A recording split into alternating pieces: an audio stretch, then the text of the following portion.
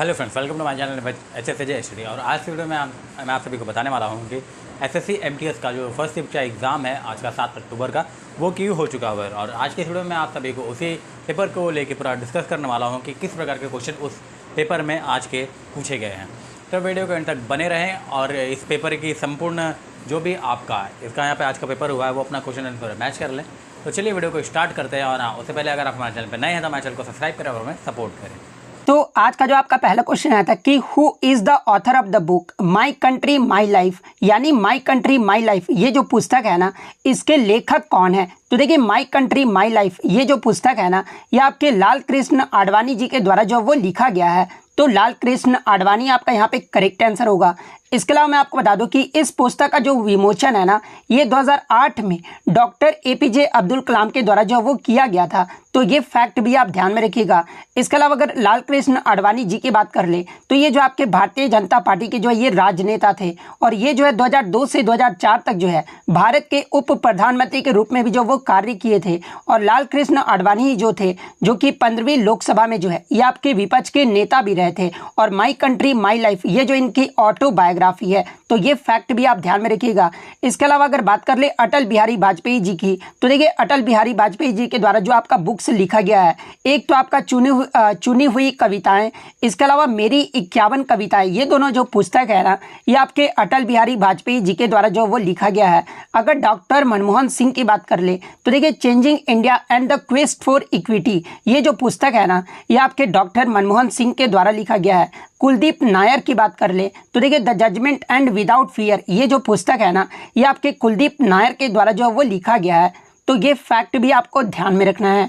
Next question आपका आ रहा था कि what is the sex ratio in India as per 2011 census, यानी 2011 की जनगणना के अनुसार भारत का जो लिंगानुपात रहा था ना, ये कितना रहा था। तो देखिए सबसे पहले हम लोग बात कर लेते हैं कि सेक्स रेशियो यानी लिंगानुपात जो होता क्या है। तो देखिए प्रति 1000 पुरुषों पर जो आपके महिलाओं की संख्या होती है ना, उसे ही जो आपका लिंगानुपात जो वो कहा जाता है। और 2011 की जनगणना के अनुसार भारत का जो लिंगानुपात रहा था ना, यह आपका 943 रहा था, यानी 943 रहा था। तो 943 आपका करेक्ट आंसर होगा। वहीं अगर पूछा जाए कि 2011 की जनगणना के अनुसार भारत का जो है चाइल्ड सेक्स रेशियो यानी बच्चे का लिंगानुपात कितना रहा था, तो ये आपका 919 रहा था। तो ये पॉइंट भी आप ध्यान में रखिएगा। वहीं अगर 2001 की बात कर ले तो देखिए 2001 की जनगणना के अनुसार आपका भारत का जो सेक्स रेशियो यानी लिंगानुपात जो रहा था, यह आपका 933 रहा था। और चाइल्ड सेक्स रेशियो जो है ये आपका 927 रहा था। तो ये फैक्ट भी आप ध्यान में रखिएगा। वहीं अगर बात कर ले आपका लिंगानुपात वाला पहला राज्य कौन सा है 2011 की जनगणना के अनुसार, तो ये आपका केरल राज्य रहा है। केरल का जो लिंगानुपात है ये आपका 1084 रहा है। दूसरे स्थान पे जो है ये आपका पुडुचेरी रहा है। पुडुचेरी का लिंगानुपात एग्जाम में पूछा जाता है, तो ये आपका 1037 रहा था। तीसरे स्थान पे आपका तमिलनाडु रहा था। उसके बाद चौथे स्थान पे जो आपका आंध्र प्रदेश रहा था। और 5वें स्थान पे जो है ये आपका छत्तीसगढ़ रहा था। वहीं अगर सबसे निचले क्रम की बात कर ले तो देखिए सबसे जो आपका ओवरऑल में सबसे जो आपका कम लिंगानुपात वाला जो रहा था ना, ये आपका दमन और दीव रहा था। दमन और दीव का जो लिंगानुपात है ये आपका 618 रहा था। दूसरे स्थान पे सबसे कम में जो है ये आपका दादरा और नगर हवेली रहा था। अगर राज्य सिर्फ पूछा जाए क्वेश्चन में कि राज्य में सबसे कम लिंगानुपात किस राज्य का रहा था, तो ये आपका हरियाणा राज्य का रहा था। हरियाणा राज्य का जो लिंगानुपात है ना, ये आपके प्रति 1000 पुरुषों पर जो है 879 महिलाएं थी। तो ये सारे फैक्ट जो आपको ध्यान में रखना है।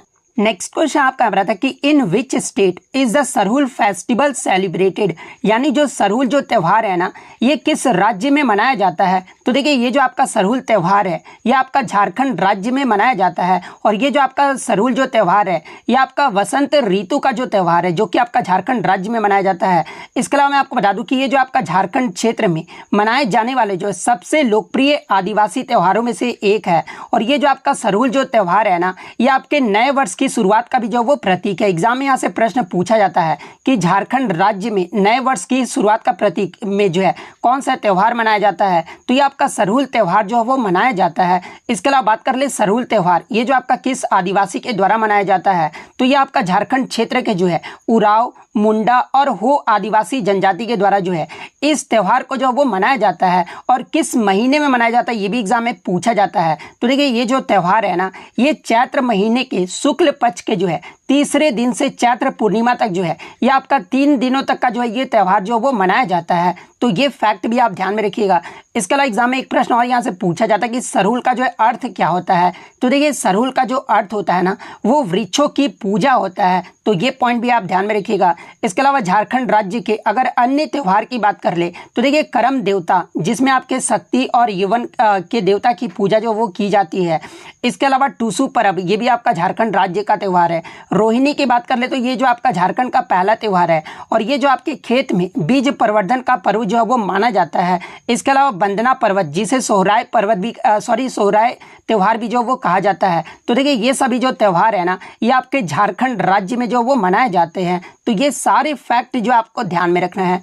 नेक्स्ट क्वेश्चन आपका यहाँ पर आता है कि who won the women's Asian hockey championship in 2023, यानी महिला एशियाई चैंपियंस ट्रॉफी हॉकी 2023 का जो है ये किस देश ने जो वो जीता है। तो देखिए 2023 का महिला एशियाई चैंपियंस ट्रॉफी हॉकी का जो टूर्नामेंट है ना ये भारत देश ने जो है वो जीता है। और भारत ने फाइनल में जो है ये किसे हराया था, तो ये जापान को हराया था। और कितने गोल से हराया था, तो ये 4-0 से हराया था। तो भारत आपका यहाँ पे करेक्ट आंसर होगा। इसके अलावा बात कर ले 2023 का महिला एशियाई चैंपियंस हॉकी ये जो है कहाँ पर आयोजित किया गया था, तो ये आपका भारत में ही आयोजित किया गया था। और कहाँ पर, तो भारत में ये जो आपका रांची में आयोजित किया गया था। और जो आपका फाइनल मैच है ये किस स्टेडियम में खेला गया था, तो देखिए इसका जो फाइनल मैच है ना ये आपके जयपाल सिंह मुंडा स्टेडियम में जो वो खेला गया था। तो ये फैक्ट भी आप ध्यान में रखिएगा। एग्जाम में अगर पूछा जाए कि जयपाल सिंह मुंडा हॉकी स्टेडियम ये जो आपका किस राज्य में स्थित है, तो ये आपका रांची जो है झारखंड राज्य में स्थित है। इसके अलावा मैं आपको बता दूं कि महिला एशिया चैंपियंस ट्रॉफी हॉकी का भारत जो ये दूसरा खिताब जीता था। इससे पहले भारत जो पहला खिताब है ना ये 2016 में जीता था। और इसका जो दूसरा विजेता यानी रनर अप जो रहा था ये आपका जापान रहा था। और तीसरे स्थान पे जो ये आपका चाइना देश रहा था। तो ये पॉइंट भी आप ध्यान में रखिएगा। इसके अलावा मैं आपको बता दूं कि झारखंड की जो सलीमा टेटे है ना ये आपके प्लेयर ऑफ द टूर्नामेंट जो है इसे चुना गया था। इसके अलावा मैं आपको बता दूं कि भारतीय टीम के लिए जो आपके संगीता कुमारी थी ना ये टूर्नामेंट में सबसे ज्यादा जो है वो 6 गोल की थी। लेकिन अब ओवरऑल अगर बात कर ले तो इस टूर्नामेंट में सबसे ज्यादा जो गोल है ना यानी जो टॉप स्कोरर रही थी ये आपके चीन की जियाकी झोंग जो है वो रही थी। चीन जियाकी झोंग ने जो है इस पूरे टूर्नामेंट में जो वो 7 गोल किए थे, जो कि आपका टॉप स्कोरर रही थी। तो ये फैक्ट भी आपको ध्यान में रखना है। नेक्स्ट क्वेश्चन आपका यहाँ पर आया था कि Uday Shankar was an Indian dance best known for creating a, यानी उदय शंकर जो है एक भारतीय नर्तक थे जिन्हें किस नृत्य के निर्माण के लिए जो वो जाना जाता था। तो देखिए उदय शंकर की बात कर ले तो ये जो आपके फ्यूजन स्टाइल ऑफ डांस यानी फ्यूजन नृत्य शैली के लिए जो है निर्माण के लिए जो है इन्हें जाना जाता था। तो फ्यूजन स्टाइल ऑफ डांस आपका करेक्ट आंसर होगा। इसके अलावा मैं आपको बता दूं कि उदय शंकर जी को जो है 1971 में इन्हें पद्म विभूषण से भी जो वो सम्मानित किया गया था। तो ये फैक्ट भी आप ध्यान में रखिएगा। नेक्स्ट आपका यहाँ पर आता है कि वर्ष 1982 में नेहरू कप अंतर्राष्ट्रीय फुटबॉल प्रतियोगिता का पहला संस्करण जो ये आपका आयोजित किया गया था। और इसका पहला संस्करण कहीं जो विजेता रहा था ये कौन सा देश रहा था। तो देखिए मैं आपको बता दूं कि नेहरू कप जो कि आपका फुटबॉल का टूर्नामेंट है और ये पहली बार जो है आपका 1982 में आयोजित किया गया था। और कहाँ पर आयोजित किया गया था, तो ये आपके भारत के कोलकाता में आयोजित किया गया था।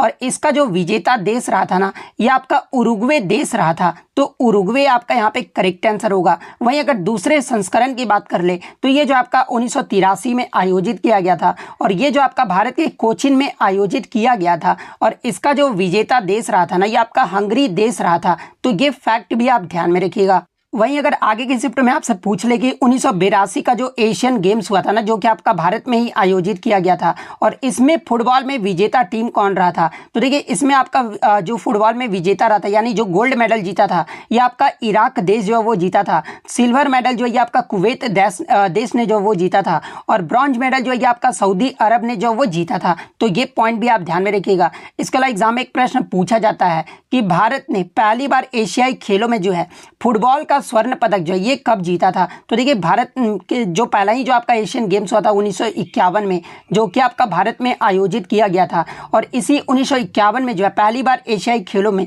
फुटबॉल का जो स्वर्ण पदक है ये भारत ने जो वो जीता था। तो ये फैक्ट भी आप ध्यान में रखिएगा। इसके अलावा मैं आपको बता दूं कि पहले एशियाई खेलों की मेजबानी ये तो मैंने आपको बता दिया है। और कुवैत एक ऐसा देश है जो कि 1982 में फीफा विश्व कप के लिए क्वालिफाई जो है वो किया था। और 1980 में जो है ये आपका एफसीसी एशियाई कप जीतने वाली जो है ये पहली अरब टीम भी जो वो बना था। तो यहाँ से एग्जाम में प्रश्न बन सकता है कि 1982 में फीफा विश्व कप के लिए क्वालिफाई किस देश ने जो वो किया था। तो ये आपका कुवैत देश ने जो वो किया था। तो ये फैक्ट भी आप ध्यान में रखिएगा। नेक्स्ट आपका यहाँ पर आता है कि which of the following is not a fundamental duty, यानी इनमें से कौन सा जो है मौलिक कर्तव्य नहीं है। जहाँ पे ऑप्शन में आपका सरेंडर यानी समर्पण दिया गया था, दूसरा ऑप्शन जो है ये आपका प्रोटेक्शन यानी संरक्षण जो है वो दिया गया था। तो देखिए इसके मुझे दो ही ऑप्शन मिले हैं, लेकिन मैं आपको बता दूं कि आपके कौन कौन से जो है फंडामेंटल ड्यूटीज नहीं है, जैसे कि casting A vote in an election, यानी चुनाव में वोट डालने का जो है ये आपका कोई भी मौलिक कर्तव्य नहीं है, बल्कि जो ये आपका चुनाव में वोट जो कि आपका एक कानूनी अधिकार है। तो अगर ये ऑप्शन में दिया गया था तो ये आपका यहाँ पे करेक्ट आंसर होगा। इसके अलावा मैं आपको बता दूं कि संसद में महिलाओं का 1/3 आरक्षण देना ये भी आपका कोई भी मौलिक कर्तव्य नहीं है। राष्ट्रीय महत्व के स्मारकों और स्थानों की सुरक्षा करना ये भी आपका कोई भी मौलिक कर्तव्य नहीं है। भारत के किसी भी भाग में रहना और बसना ये भी आपका कोई मौलिक कर्तव्य नहीं है। हर परिस्थिति में सभी धार्मिक मानदंडों का पालन करना ये भी आपका कोई भी मौलिक कर्तव्य नहीं है।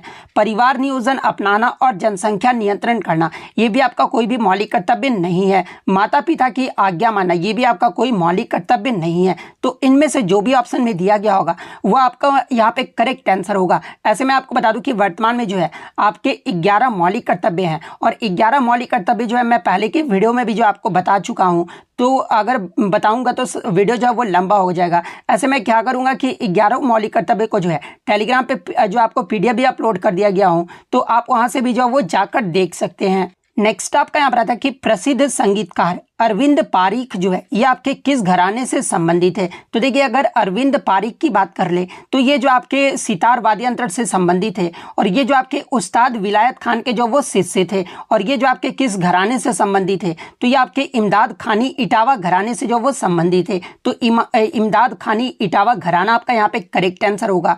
इसके अलावा मैं आपको बता दूं कि इटावे घराने को ही जो है ये आपका विलायत खानी घराने के नाम से भी जो वो जाना जाता था। तो ये फैक्ट भी आपको ध्यान में रखना है। और देखिए कुछ बच्चों ने बताया कि अरविंद पारिख के बारे में पूछा गया था, कुछ बच्चों ने बताया कि अरविंद थाटे के बारे में पूछा गया था। तो देखिए अरविंद पारिख के बारे में मैंने आपको बता दिया है। अरविंद थाटे के बारे में अगर पूछा गया होगा तो देखिए अरविंद थाटे जो थे ना ये आपके मेवाती घराने से संबंधित थे, और ये जो आपके प्रमुख हारमोनियम वादक भी थे। और ये जो आपके अरविंद थाटे थे ना ये पंडित जसराज के जो वो शिष्य थे। तो अगर इनके बारे में पूछा गया था तो मेवाती घराना फिर आपका यहाँ पे करेक्ट आंसर होगा। नेक्स्ट क्वेश्चन आपका यहाँ पर आता है कि हर्षवर्धन की बहन की जो शादी है ना ये किससे हुई थी। तो देखिए हर्षवर्धन की बहन का जो नाम था ये आपका राज्यश्री था, और इनका जो विवाह है ना ये कन्नौज के मौखरी वंश के शासक गृहवर्मन से जो वो हुआ था। तो गृहवर्मन आपका यहाँ पे करेक्ट आंसर होगा।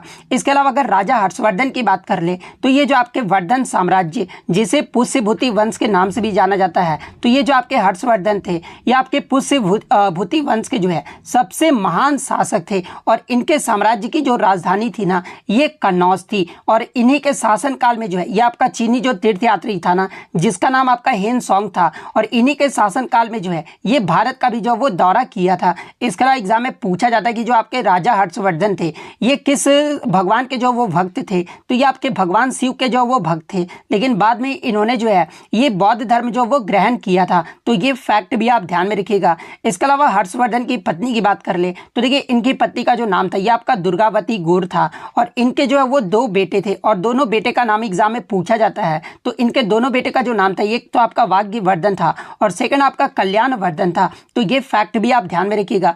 इसके अलावा एग्जाम में एक प्रश्न पूछा जाता है कि राजा हर्षवर्धन जो है ये किससे हार का सामना जो इनको करना पड़ा था। तो देखिए हर्षवर्धन को जो है ये चालुक्य राजा पुलकेशिन द्वितीय के हाथों जो है इन्हें हार का सामना जो वो करना पड़ा था। तो ये सारे फैक्ट जो आपको ध्यान में रखना है। नेक्स्ट आपका यहाँ पर आता है कि who came to Kerala in the 13th century, यानी 13वीं शताब्दी में जो है इनमें से कौन जो है वो केरल आया था विदेशी यात्री। तो देखिए मैं आपको बता दूं कि 13वीं शताब्दी में बहुत सारे विदेशी यात्री जो है वो केरल आए थे, जिसमें पहला नाम अगर बात कर ले तो ये आपका मार्को पोलो आया था, सेकंड आपका इबन बतूता आया था, और थर्ड आपका जो है फैक्सियन। ये सभी जो लोग हैं ना ये 13वीं शताब्दी में जो वो केरल आए थे, जहाँ पे ऑप्शन में आपका इबन बतूता जो है वो दिया गया था। तो इबन बतूता आपका यहाँ पे करेक्ट आंसर आंसर होगा। और ये जो आपका केरल का दौरा किस लिए किया था, तो देखिए इब्न बतूता जो ये आपके टैंजियर्स के एक लेखक और इतिहासकार थे जिन्होंने 13वीं शताब्दी में जो है ये केरल का जो वो दौरा किया था। इसके अलावा अगर मार्को पोलो की बात कर ले तो ये आपका 1290 के दशक में जो है मध्य में कालीकट का जो वो दौरा किया था और इसके बारे में अपनी पुस्तक में इल मिलियन में जो है इसने जो वो वर्णन जो वो किया है। वहीं अगर फैक्सियन की बात कर ले तो ये जो आपका एक बौद्ध तीर्थयात्री था जिसने 13वीं शताब्दी में जो है ये केरल का दौरा किया था। तो ये फैक्ट भी आपको ध्यान में रखना है। नेक्स्ट आपका यहाँ पर आता है कि what was the practice of collecting tax from the village head in the mahalwari system called, यानी महालवाड़ी व्यवस्था में गांव के मुखिया से टैक्स लेने की प्रथा को जो है ये क्या कहा जाता था। तो देखिए महालवाड़ी व्यवस्था में गांव के मुखिया से टैक्स लेने की प्रथा को जो है ये आपका महालवाड़ी सेटलमेंट यानी महालवाड़ी बंदोबस्त जो वो कहा जाता था। अगर ये ऑप्शन में नहीं दिया गया था तो इसके अलावा इसे जो आपका लंबरदार भी जो वो कहा जाता था और लंबरदार को ही जो है ये आपका नंबरदार भी जो वो कहा जाता था। तो इन तीनों में से जो भी ऑप्शन में दिया गया होगा वो आपका यहाँ पे करेक्ट आंसर होगा। इसके अलावा अगर महालवाड़ी व्यवस्था की बात कर ले तो ये जो आपका 1822 में जो है बंगाल के उत्तर पश्चिम प्रांतों में जो है इसे आपका होल्ट मैकेंजी के द्वारा जो वो शुरू किया गया था और बाद में 1833 में जो है विलियम बेंटी के द्वारा इसकी समीक्षा जो वो किया गया था। तो ये फैक्ट भी आपको ध्यान में रखना है। नेक्स्ट आपका यहाँ पर रखिए न्यायमूर्ति एस अब्दुल नजीर ने जो है 23 फरवरी 2023 को किस राज्य के 24वें राज्यपाल के रूप में जो है ये शपथ लिए थे। तो देखिए एस अब्दुल नजीर की बात कर ले तो ये जो आपके 23 फरवरी 2023 को जो है ये आंध्र प्रदेश के 24वें राज्यपाल के रूप में जो है ये शपथ लिए थे। तो आंध्र प्रदेश आपका यहाँ पे करेक्ट आंसर होगा। इसके अलावा अगर आंध्र प्रदेश की बात कर ले तो यहाँ पे जो आपका लोकसभा की जो सीटें ये आपका 25 सीटें हैं, राज्यसभा की जो सीटें ये आपका 11 सीट है। आंध्र प्रदेश का जो राजकीय पशु है ये आपका काला हिरन है। राजकीय पक्षी की बात कर ले तो ये आपका रमा चिलुका है। राष्ट्रीय उद्यान यहाँ पे कौन कौन से हैं, तो देखिए श्री वेंकटेश्वर राष्ट्रीय उद्यान, राजीव गांधी राष्ट्रीय उद्यान और पुपिकोंडा राष्ट्रीय उद्यान, ये सभी जो आपके आंध्र प्रदेश के जो है ये राष्ट्रीय उद्यान है। और अगर आंध्र प्रदेश के बांध की बात कर ले तो देखिए नागार्जुन सागर बांध जो कि आपका कृष्णा नदी पर स्थित है ये आपका जो है आंध्र प्रदेश राज्य में ही स्थित है। श्री सैलम बांध ये भी आपका कृष्णा नदी पर स्थित है, ये भी आपका आंध्र प्रदेश राज्य में स्थित है। इसके अलावा धौलेश्वरम बैराज ये जो बांध ये आपका गोदावरी नदी पर स्थित है और ये भी आपका आंध्र प्रदेश राज्य में स्थित है। पोलावरम बांध ये भी आपका गोदावरी नदी में पर स्थित है और ये भी जो आपका आंध्र प्रदेश राज्य में स्थित है। तो ये सारे फैक्ट जो आपको ध्यान में रखना है। नेक्स्ट आपका यहाँ पर आता है कि what is the fluid in lysosome made from, यानी लाइसोसोम में जो द्रव है ना ये किससे बनता है। तो देखिए लाइसोसोम में जो द्रव है ना ये आपके वेसिकल बडिंग के जरिए जो वो बनता है। तो वेसिकल बडिंग आपका यहाँ पे करेक्ट आंसर होगा। इसके अलावा एग्जाम में पूछा जाता है कि किस कोशिका अंगक से जो है अंगक से लाइसोसोम जो ये बनता है। तो देखिए ये जो आपका गोल्जिकाय होता है ना इससे जो आपका लाइसोसोम जो वो बनता है और गोल्जी नेटवर्क के संलयन द्वारा जो है एंडोसोम के साथ जो है ये आपका जो है वो बनता है। तो ये फैक्ट भी आपको ध्यान में रखना है। नेक्स्ट आपका यहाँ पर आता है कि कलामंडलम कृष्णन नायर ये जो आपके किस शास्त्रीय नृत्य से संबंधित है। तो देखिए कलामंडलम कृष्णन नायर की बात कर ले तो ये जो आपका कथकली नृत्य से संबंधित है और कथकली जो ये आपका केरल राज्य का शास्त्रीय नृत्य है। तो कथकली आपका करेक्ट आंसर होगा। इसके अलावा कलामंडलम कृष्णन नायर के अगर पुरस्कार की बात कर ले तो इन्हें 1967 में जो है संगीत नाटक अकेडमी पुरस्कार से सम्मानित किया गया था। 1970 में जो है इन्हें पद्मश्री अवार्ड से भी जो वो सम्मानित किया गया था। तो ये पॉइंट भी आप ध्यान में रखिएगा। इसके अलावा कथकली नृत्य के अगर प्रमुख कलाकारों की बात कर ले जहाँ से एग्जाम में प्रश्न पूछा जाता है तो देखिए गुरु कुंचू कुरूप, गुरु गोपीनाथ, इसके अलावा चिंगनूर रमन पिल्लई, कोटिकल शिव रामन और टी चंदू पनीकर, इन सभी का जो संबंध है ना ये कथकली नृत्य से है। तो ये पॉइंट भी आपको ध्यान में रखना है। नेक्स्ट आपका यहाँ पर आता है कि वर्ष 1931 में महात्मा गांधी और भारत के तत्कालीन वायसराय इरविन के बीच जो है ये कौन सा समझौता हुआ था। तो देखिए 1931 में महात्मा गांधी और आपके इरविन के बीच जो है ये आपका इरविन पैक्ट जो वो आपका हुआ था, यानी गांधी इरविन समझौता जो वो किया गया था। तो गांधी इरविन समझौता आपका करेक्ट आंसर होगा। और ये जो आपका गांधी इरविन समझौता था ना ये आपका 5 मार्च 1931 को जो है ये आपका लंदन में हुआ था और इसी समझौते को जो है ये आपका दिल्ली पैक्ट के नाम से भी जो वो जाना जाता है। तो ये पॉइंट भी आप ध्यान में रखिएगा। ये तो हो गया आपका गांधी इरविन समझौता। इसके अलावा आपके पूना पैक्ट के बारे में भी जो वो पूछा जाता है। तो देखिए पूना जो पैक्ट है ना, ये आपका 24 सितंबर 1932 को जो है ये आपके यरवदा सेंट्रल जेल पूना में जो है ये आपके गांधी जी और डॉक्टर भीमराव अंबेडकर के मध्य जो है ये आपका पूना पैक्ट हुआ था। तो ये फैक्ट भी आपको ध्यान में रखना है। नेक्स्ट आपका यहाँ पर आता है कि एक्टर विजय थलापति ने जो है तमिलनाडु और पुडुचेरी के लिए 2 फरवरी को जो है किस पार्टी की स्थापना जो वो की थी। तो देखिए ये जो आपके एक्टर विजय थलापति है ये आपके साउथ इंडियन के जो वो एक्टर हैं और तमिलनाडु और पुडुचेरी के लिए जो है 2 फरवरी को जो है ये आपका टीवी के यानी तमिजगा वेत्री कड़गम पार्टी की जो है इसकी स्थापना जो वो किया गया था। और मैं आपको बता दूं कि तमिजगा वेत्री कड़गम पार्टी को जो है ये चुनाव आयोग के द्वारा जो है इसे राजनीतिक पार्टी के रूप में भी जो है आधिकारिक मान्यता जो वो दिया गया है। तो टीवी के आपका यहाँ पे करेक्ट आंसर होगा।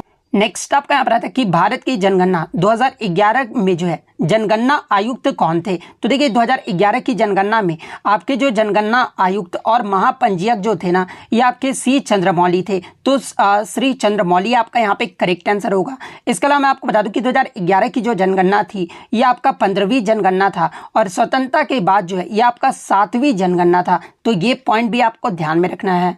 नेक्स्ट आपका यहाँ पर है कि इंदिरा गांधी नहर ये जो आपका किस राज्य में स्थित है। तो देखिए इंदिरा गांधी नहर की बात कर ले तो ये जो आपका राजस्थान राज्य में स्थित है। तो राजस्थान आपका यहाँ पे करेक्ट आंसर होगा।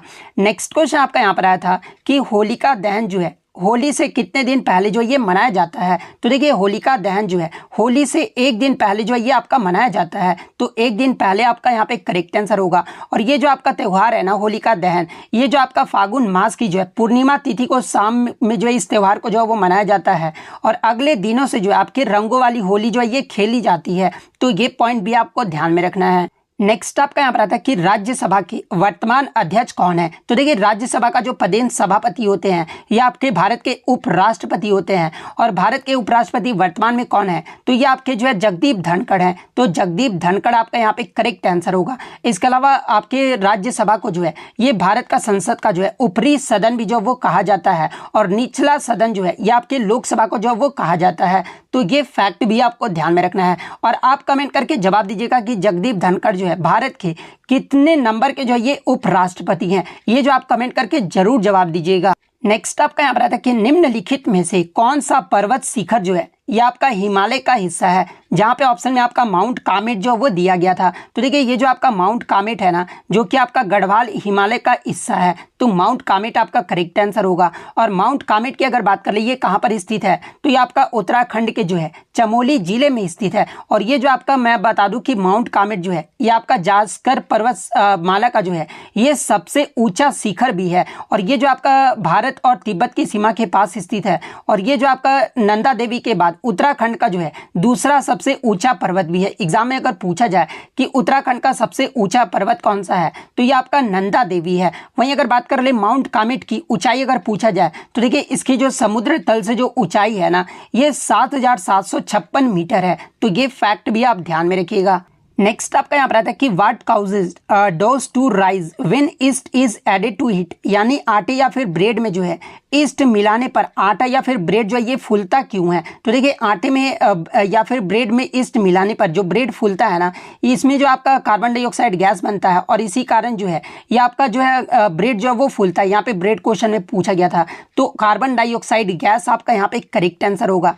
इसके अलावा एग्जाम में एक प्रश्न यहाँ से पूछा जाता है कि yeast is used to make bread through a process is called. यानी खमीर का उपयोग जो है प्रक्रिया के किस प्रक्रिया के माध्यम से जो है रोटी बनाने के लिए जो वो किया जाता है। तो देखिए ईस्ट का जो यूज्ड है ना यानी उपयोग जो है ये आपके किण्वन नामक यानी फर्मेंटेशन के माध्यम से जो है रोटी बनाने के लिए जो वो किया जाता है। तो ये फैक्ट भी आपको ध्यान में रखना है। नेक्स्ट आपका यहाँ पर आता है कि in its middle course a river forms. यानी जब कोई नदी जो है अपने मध्य मार्ग में होती है तो वह किसका निर्माण जो वो करती है। तो देखिए जब भी कोई नदी अपने मध्य मार्ग में होती है ना तो ये जो आपका मिएंडर्स और ऑक्सबो लेक्स यानी मेंडर्स और तालाब जैसी आकृतियों का जो वो निर्माण करती है। तो ऑप्शन में आपका मिएंडर्स दिया गया था। तो मिएंडर्स आपका यहाँ पे करेक्ट आंसर होगा। नेक्स्ट क्वेश्चन आपका यहाँ पर आया था जो कि आपका इंग्लिश से आया था कि find the odd one out from the following. जहाँ पे ऑप्शन में आपका टेबल टेनिस, गोल्फ, कैरम और बिलियर्ड्स जो है वो दिया गया था। तो देखिए मैं आपको बता दूं कि टेबल टेनिस, कैरम और बिलियर्ड्स ये तीनों जो गेम है ना ये आपके इंडोर गेम है, लेकिन ये जो आपका गोल्फ है ना ये आपका आउटडोर गेम है। इसलिए बिलियर्ड्स आपका गोल्फ आपका यहाँ पे करेक्ट आंसर होगा, क्योंकि ये तीनों जो आपका इंडोर गेम्स है और गोल्फ जो है ये आपका आउटडोर गेम्स है, इसलिए गोल्फ आपका यहाँ पे करेक्ट आंसर होगा। एक क्वेश्चन जो आपका क्लोज टेस्ट से आया था, जो कि आपका पैसेज से आया था, तो आप पूरा पैसेज जो है पहले पूरा पढ़ लीजिए। मैं आराम से आपको दिखा देता हूँ कि पूरा पैसेज जो आपका क्या था।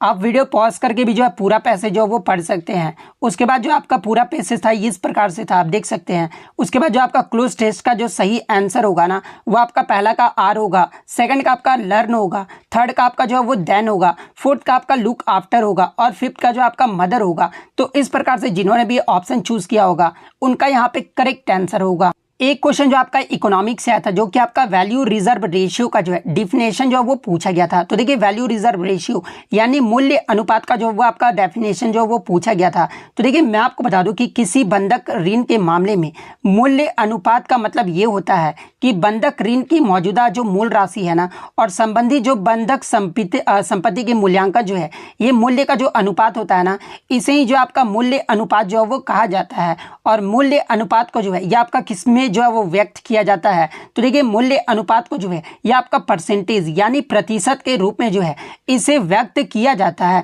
इसके अलावा मैं आपको बता दूं कि बॉन्ड मूल्यों के उद्धरण के आधार पर जो है परिवर्तनीय प्रमाण पत्रों की श्रृंखला से जो है जुड़े बॉन्डों के उचित बाजार मूल्य में जो है बराबर प्रतिशत को भी जो है मूल्य अनुपात जो है वो कहा जाता है। तो अगर ये डेफिनेशन दिया गया था तो ये जो आपका यहाँ पे करेक्ट आंसर होगा। तो इतने क्वेश्चन जो है आज मुझे बच्चों के द्वारा मिले हैं जो कि 100% रियल और ऑथेंटिक है। तो अगर वीडियो अच्छी लगी हो तो वीडियो को जो है लाइक जरूर कर दीजिएगा और इसी तरह रियल एनालिसिस पाने के लिए जो है चैनल को सब्सक्राइब जरूर कर दीजिएगा।